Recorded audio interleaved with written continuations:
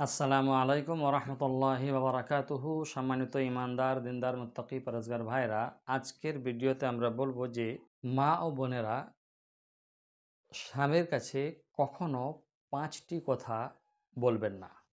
অর্থাৎ ৫টি কথা বলে স্বামীকে অর্থাৎ ৫টি কথা বলে স্বামীদেরকে আঘাত দেবেন না। কেননা এই ৫টি কথা যদি আপনি স্বামীদেরকে বলেন, তাহলে কিন্তু আপনার জীবনে বড় ঝড় আসবে, আর সেই ঝড়টা হবে অশান্তির ঝড়। অতএব ক্ষেত্রে এই ৫টি কথা কখনো বলব না। এই ৫টি কথা বললে অধিকাংশ সময়ে দেখা গেছে বা শোনা গেছে যে তাদের বৈবাহিক যে সম্পর্ক, বিবাহিত জীবন বিচ্ছিন্ন হয়েছে এবং তারা তারা নিজের পার্থিব জীবনে অতি ক্লান্ত এবং অতি দুঃখের মধ্যে তারা রয়েছে। অতএব আসুন ওই ৫টি কথা কি কি আজকের ভিডিওতে আমরা জানব। সর্বপ্রথম কথা, যে স্বামীকে অর্থনৈতিক দিক দিয়ে বা অর্থনৈতিকভাবে কোনো রকমের কটাক্ষ করবেন না। অনেকেই মা বোনেরা রয়েছেন, অনেকে স্ত্রী রয়েছেন যিনারা স্বামীকে কথায় কথায় অর্থের ব্যাপারে অর্থনৈতিক দিক দিয়ে কটাক্ষ করে এবং অনেক কিছু বলে তাকে অপদস্থ করার চেষ্টা করে। আর এখানেই স্বামী কিন্তু খুব জোর কষ্ট পায়। এটা কখনো করবেন না। রাসূল আকরাম সাল্লাল্লাহু আলাইহি ওয়াসাল্লাম বলেছেন যে যে স্ত্রীরা স্বামীর সামর্থ্য অনুযায়ী চাইবে সেই স্ত্রীরা জান্নাতে যাবে, কিন্তু যারা সামর্থ্যর উপরে চাইতে যাবে, তার চাহিদা পূরণ করতে চাইবে, আল্লাহ রসুল সাল্লাল্লাহু আলাইহি ওয়াসাল্লাম বলেছেন যে তারা জান্নাতি হতে পারবে না।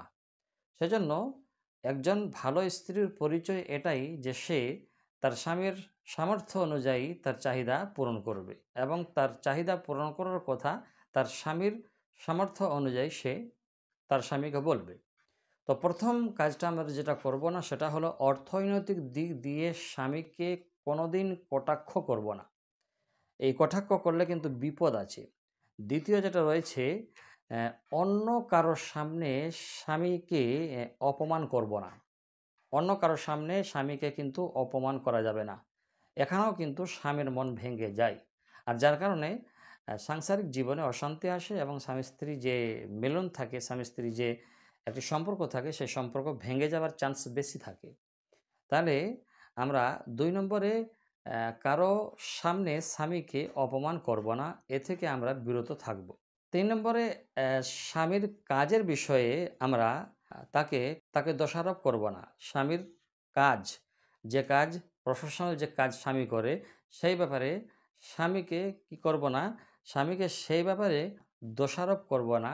ঘরে কোনো কিছুই হলো, তার দোষ হলো স্বামীর। ঘরে কোনো কিছু একটা অঘটন ঘটলো, না স্বামীর জন্য ঘটলো, স্বামী কেননা এই কাজটি করেছে। তো যে কাজ স্বামী করে সেই কাজে কোনো রকমের ভুল যদি বেরিয়ে যায়, কোনো রকমের যদি অঘটন ঘটে যায়, তাহলে সেটা স্বামীর দোষ হয়। তো এই এই এই ব্যাপারটি, এই কাজটি আমরা কখনো করব না ৩ নম্বরে। ৪ নম্বরটা রয়েছে, সব ব্যাপারে স্বামীর কাছে অভিযোগ করব না। আর সব ব্যাপারে শিকায়েত করব না। সব ব্যাপারে যখন আপনি স্বামীর কাছে অভিযোগ করবেন, স্বামীরও কান তখন পেকে যাবে এবং সেও আপনাকে বলতে বাধ্য হবে যে, "কত তুমি নালিশ করো, হ্যাঁ? কত তুমি অভিযোগ করো। তোমার ভিতরে কত অভিযোগ আছে। আল্লাহর জন্য কিছুটা সয়ে নাও, আল্লাহর জন্য কিছুটা শুনে নাও। পরক্ষণে আমাদের জন্য ফায়দা হবে, সেটা ভালো হবে।" অনেকেই স্ত্রী এরকম আছে যারা ছোট পরিমাণে ছোট কথা নিয়ে, ছোট ব্যাপার নিয়ে স্বামীকে অভিযোগ করে, "তোমার মা এই করেছে, তোমার বোন এই করেছে, তোমার ভাইরা এই করছে।" তো এই কাজটি আমরা কখনো ৪ নম্বরে করব না। ৫ নম্বরে আমরা যেটা করব না, ছোট বড় সব বিষয়ে স্বামীকে দোষারোপ করব না বা স্বামীরই ভুল বার করানোর চেষ্টা করব না।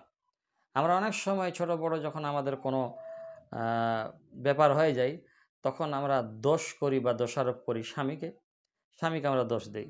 সেজন্য এই ৫ টি কাজ আমরা কখনো করব না বা স্বামীকে এই ৫ ধরনের কথা কখনো বলব না, বললেই কিন্তু জীবনে অশান্তি। অতএব আল্লাহ তাআলা আমাদেরকে স্বামী স্ত্রী জীবনে, দাম্পত্য জীবনে ভালো এবং সুখে থাকার তৌফিক নসিব করুন। আমিন। ভালো থাকবেন। আসসালামু আলাইকুম ওয়া রাহমাতুল্লাহি ওয়া বারাকাতুহু।